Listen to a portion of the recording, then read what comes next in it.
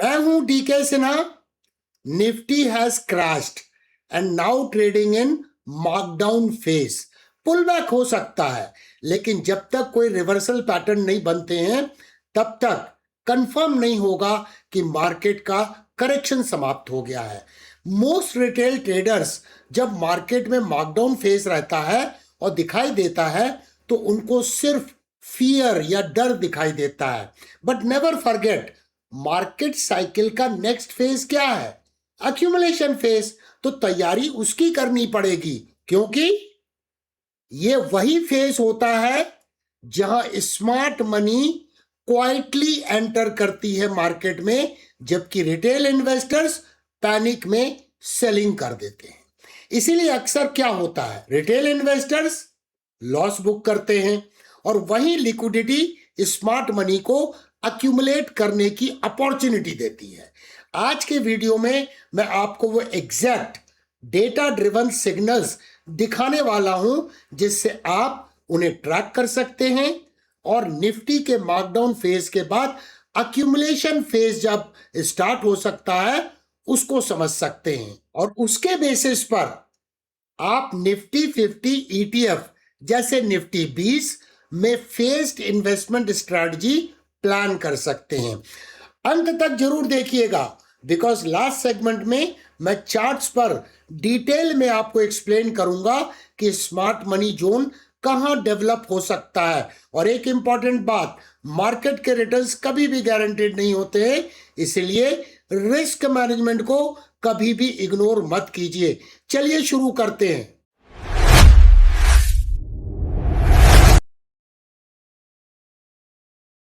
Y Nifty 50 ETF is less risky. अब सबसे पहला और इंपॉर्टेंट सवाल है, अगर मार्केट वॉलेटाइल है तो इन्वेस्टर्स इंडिविजुअल स्टॉक्स की बजाय निफ्टी 50 क्यों कंसीडर करते हैं? इसका रीजन बहुत सिंपल है। निफ्टी 50 इंडिया के टॉप 50 लार्ज कैप कंपनीज का इंडेक्स है। यानी जब आप निफ्टी 50 के ETF में इन्वेस्ट करते हैं तो आप एक्चुअली इंडिया के सबसे स्ट्रॉन्ग कंपनीज के बास्केट में इन्वेस्ट कर रहे होते हैं। और साथ में इसमें एक और पावरफुल मैकेनिज्म होता है, ऑटोमेटिक रीबैलेंसिंग। अगर कोई कंपनी वीक हो जाती है तो टाइम के साथ इंडेक्स उसको रिमूव कर देता है और उसकी जगह स्ट्रॉन्गर कंपनी आ जाती है। इसीलिए लॉन्ग टर्म में इंडेक्स का स्ट्रक्चर नेचुरली इवॉल्व करता रहता है। और इसीलिए मैं अक्सर एक लाइन हमेशा बोलता हूं, नेचर इज मैथ, और इंडेक्स भी एक मैथमेटिकल सिस्टम को फॉलो करता है। इसीलिए ETF इन्वेस्टिंग में आपको इंडिविजुअल कंपनी का रिस्क कम हो जाता है, और क्योंकि निफ्टी 50 में लार्ज कैप कंपनीज होती हैं, इसीलिए जनरली वॉलेटिलिटी भी मिड कैप या स्मॉल कैप के कंपैरिजन में कम होती है। लेकिन इसका मतलब ये नहीं है कि इंडेक्स कभी गिरता ही नहीं है। मार्केट साइकिल में करेक्शंस आते हैं और वही अपॉर्चुनिटीज क्रिएट करते हैं। लेकिन एक बात और सत्य है कि इंडेक्स का सेक्युलर ट्रेंड बुलिश रहता है। Why valuation matters, historical P ratio. अब नेक्स्ट क्वेश्चन है, अगर करेक्शन आ रहा है तो इन्वेस्टर कैसे जज करें कि वैल्यूएशन अट्रैक्टिव हो रहा है या अभी भी मार्केट एक्सपेंसिव है? इसके लिए एक यूजफुल मेट्रिक होता है निफ्टी 50 का historical price to earning multiple यानी पी रेशियो। अगर हम लास्ट कुछ मेजर करेक्शंस को ध्यान से देखें तो एक इंटरेस्टिंग पैटर्न आपको नजर आएगा। फरवरी 2016 में करेक्शन के टाइम पर निफ्टी 50 का पी रेशियो था 19.2 के आसपास। कोविड में जब क्रैश हुआ था मार्च 2020 में, तो पी ऑलमोस्ट 18.7 पे आ गया था। और जून 2022 में जब करेक्शन हुआ था तो पी करीब 19.2 के जोन में आ गया था। यानी हिस्टोरिकली अगर आप देखें तो पी अराउंड 19 के आसपास का जो जोन है वो इन्वेस्टर्स के लिए अट्रैक्टिव वैल्यू जोन माना जा सकता है। अब अगर करंट वैल्यूएशन को देखें तो करंटली निफ्टी का जो पी है करीब 20 टू बी वेरी प्रिसाइज 20.3 के अराउंड वो ट्रेड कर रहा है। इसका मतलब कतई ये नहीं है कि मार्केट तुरंत बॉटम बना लेगा, लेकिन ये जरूर इंडिकेट करता है कि valuation gradually historical value zone के क्लोजर आ रहा है। लेकिन एक इंपॉर्टेंट बात याद रखिए, valuation alone is not enough. अगर आप सिर्फ पी देखकर इन्वेस्टमेंट डिसीजन लेंगे तो आप टाइमिंग मिस कर सकते हैं। इसलिए स्मार्ट इन्वेस्टर्स वैल्यूएशन को प्राइस एक्शन एनालिसिस के साथ में कंबाइन करते हैं। रिटेल इन्वेस्टर्स का बिहेवियर बड़ा इंटरेस्टिंग होता है। जब पी हाई होता है सब एक्साइटेड होते हैं, मार्केट और ऊपर जाएगा, और जब वैल्यूएशन अट्रैक्टिव होने लगता है तो लोग पैनिक करने लगते हैं, मार्केट और गिर जाएगा। अगर आप मार्केट के साथ इमोशनल रिलेशनशिप रखेंगे तो पोर्टफोलियो भी इमोशनल हो जाएगा दोस्तों। इसीलिए रूल बड़ा सिंपल है, no emotion only rules. Price action framework. अब वैल्यूएशन के साथ साथ हमें प्राइस एक्शन फ्रेमवर्क को भी देखना होगा। चार्ट्स पर मैं कुछ इंपॉर्टेंट टूल्स इस्तेमाल करने वाला हूं, जैसे लॉन्ग टर्म प्राइस स्ट्रक्चर की एनालिसिस करेंगे, की मूविंग एवरेजेस जो हिस्टोरिकली डायनेमिक सपोर्ट की तरह एक्ट करते हैं उन्हें देखेंगे, long term trend line support क्या इंडिकेट कर रहा है उसे समझेंगे, पॉसिबल डबल टॉप का ब्रेकडाउन सिनारियो या फिर अपेक्स उसका सपोर्ट बन सकता है, उन संभावनाओं को तलाशेंगे, फिक्स्ड रेंज वॉल्यूम प्रोफाइल जिससे हम इंस्टीट्यूशनल एक्यूमुलेशन जोन आइडेंटिफाई करते हैं या बोल सकते हैं स्मार्ट मनी का फुटप्रिंट, और एंकर्ड वी वैप फ्रॉम मेजर सपोर्ट जहां से स्ट्रॉन्ग इंपल्स रैली स्टार्ट हुई थी पिछले बार।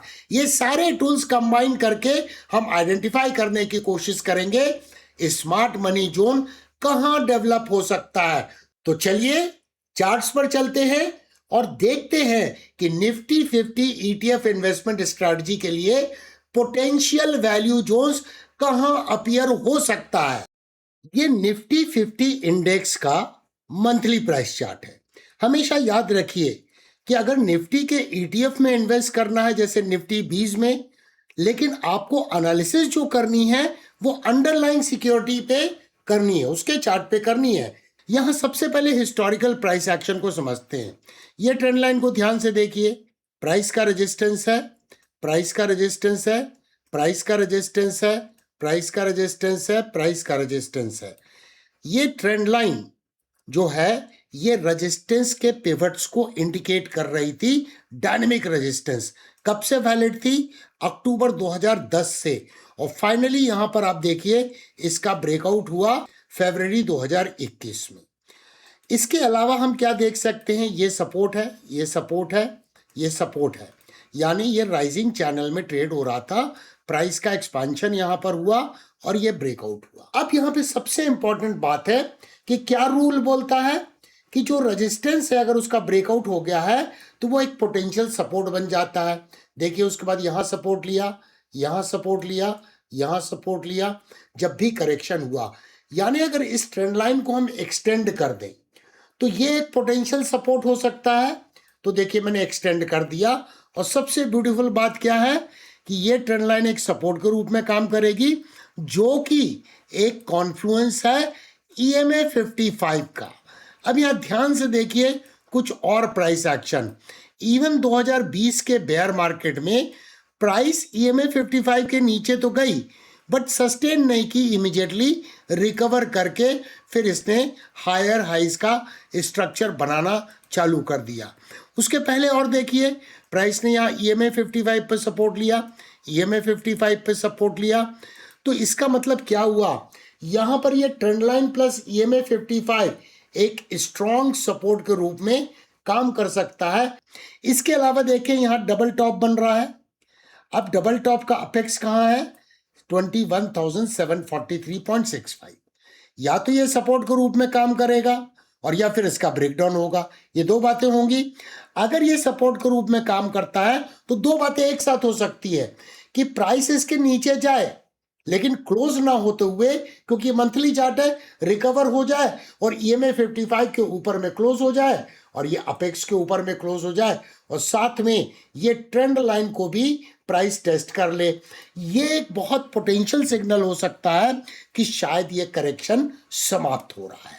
तो इसको वॉच करना बहुत जरूरी है।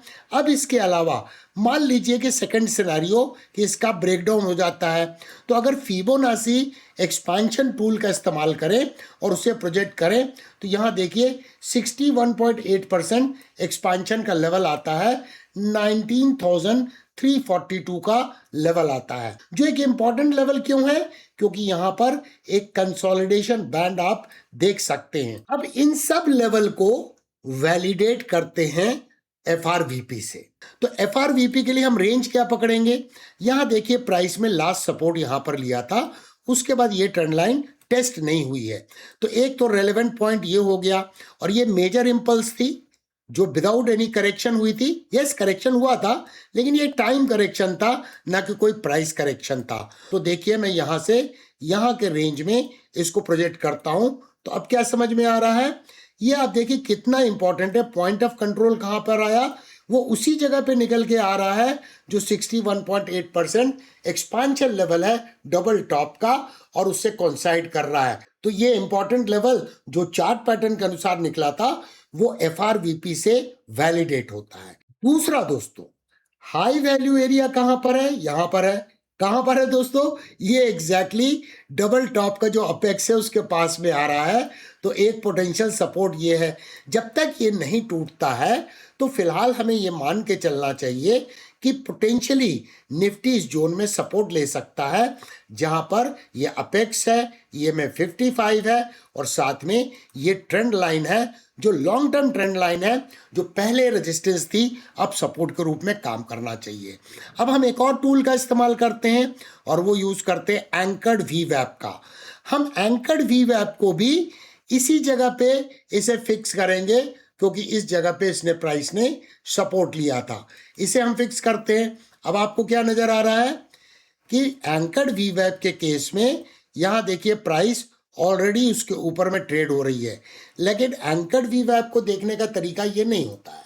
यहां पर देखिए इसके स्टैंडर्ड डेविएशन को इस्तेमाल किया जाता है। तो यहां पर आपको स्टैंडर्ड डेविएशन ये लेवल है, ये ग्रीन कलर की लाइन है जो कोइंसाइड कर रही है इस ट्रेंड लाइन से, और यहां पर अगर ध्यान से देखें तो इसका ब्रेकडाउन हो गया है, जो अपसाइड में +2% वाली लाइन है। तो इसका मतलब यह है ये अब इसका रेजिस्टेंस है फिलहाल, और वैल्यू जोन कहाँ आ रहा है, इस जगह में निकल के आ रहा है।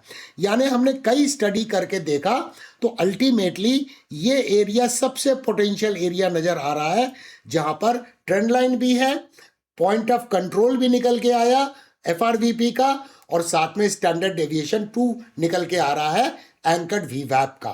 तो ये एक पोटेंशियल जोन हो सकता है जहां पे प्राइस आने के बाद कोई बुलिश कैंडलस्टिक पैटर्न का निर्माण करती है, तो वो इन्वेस्टमेंट का पहला फेज हो सकता है। चार्ट्स देखने के बाद एक चीज क्लियर हो जाती है, सक्सेसफुल इन्वेस्टर्स मार्केट को प्रिडिक्ट करने की कोशिश नहीं करते, वो रूल्स को फॉलो करते हैं।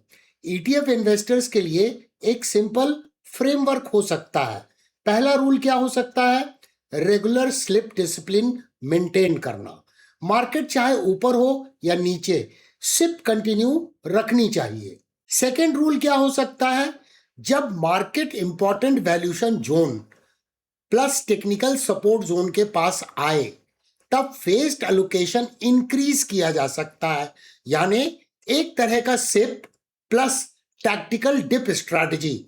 इस अप्रोच का बेनिफिट ये होता है कि आप मार्केट को परफेक्टली टाइम करने की कोशिश नहीं करते, लेकिन वैल्यू जोन्स में अक्यूमुलेशन कर पाते हैं, और लॉन्ग टर्म के लिए ये डिसिप्लिन वेल्थ क्रिएट करता है। इस वीडियो का कोर कॉन्सेप्ट बिल्कुल सिंपल है, मार्केट साइकिल हमेशा रिपीट होता है हिस्टोरिकली अगर आप देखें तो आपके लिए अब है होमवर्क। निफ्टी 50 में तो हमने एनालिसिस कर ली, सेम चीज को अडॉप्ट करते हुए, सेम स्ट्रैटेजी को अडॉप्ट करते हुए अब आपको निफ्टी नेक्स्ट 50 में ये लेवल्स मार्क करने हैं और कमेंट करना है। अगर आपको रूल बेस्ड इन्वेस्टिंग और प्राइस एक्शन इनसाइट्स पसंद आते हैं तो चैनल को सब्सक्राइब कीजिए और डायमंड मेंटरशिप क्लब को जरूर ज्वाइन कीजिए, जहां पर रूल बेस्ड ट्रेडिंग स्ट्रैटेजी के कोर्स आपको मिलते हैं। Because here we focus on data, discipline and possibility, not emotions. And remember, no emotions, only rules. Jai Hind.